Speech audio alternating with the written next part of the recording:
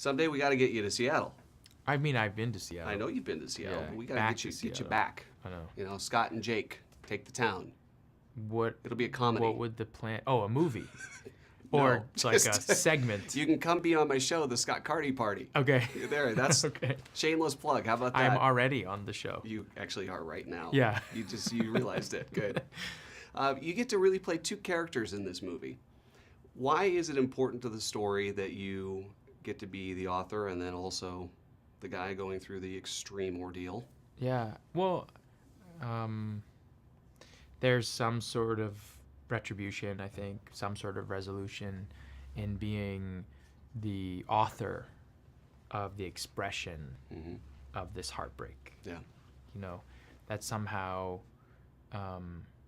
you know, with everything that we do, I think sometimes the best things that we do, and in terms of communication, in terms of creativity in particular, come out of, you know, sometimes shame or pain. And I think that as an actor playing a character majority of the time in the movie who is powerless, it was always nice to feel like at the end, you know, you're the one writing it and you're the one who's delivering in the end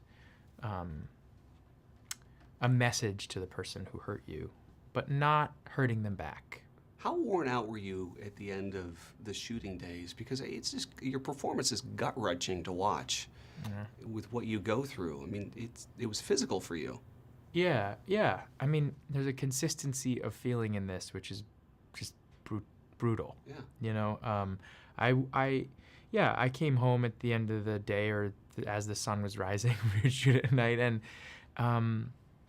you know, as you do, you kind of often question the why in the midst. But I always knew that it was a beautiful story. I always believed in what Tom wanted to say, and I felt like sometimes you put yourself through it because you believe, and I believe in stories, and I believe in the power of a story, and that's what my life's work is and what I've decided to do. So it's like, and it's incomparable to most of the things happening in the world. So, you know. And everybody knows Tom for his design and his style, but he had to show up with substance on this for you.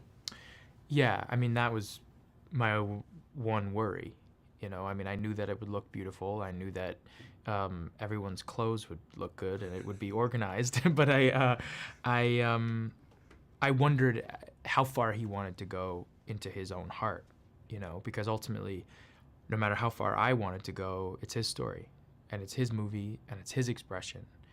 And I needed to know from him how personal it was, and he, from the first conversation we had about this movie, it was all about how much he needed to tell the story, how personal it actually was, how it referenced so much regret in his own life, how it mirrored so many love stories, or particularly maybe one in his life that he regrets very deeply. And I felt like that vulnerability from him just made me say, I'm in, you know. Yeah. And he's done that. I mean, I think you see that in this movie. You know, there's the darkness of Tom Ford. There's the brutality inside him, probably, you know, slowly sharpened through years in the fashion industry. and then also this very vulnerable, insecure, you know, part that I think is really beautiful. 1 to 10, scale 1 to 10. Yeah. How underdressed do you feel around him? You know, the thing I think Tom knows about me is that I don't care about any of that. So I'm dressed with or without looking good. I like Jake. myself, man. You look good. It's All always right. good to see you. I'll see you later. Okay.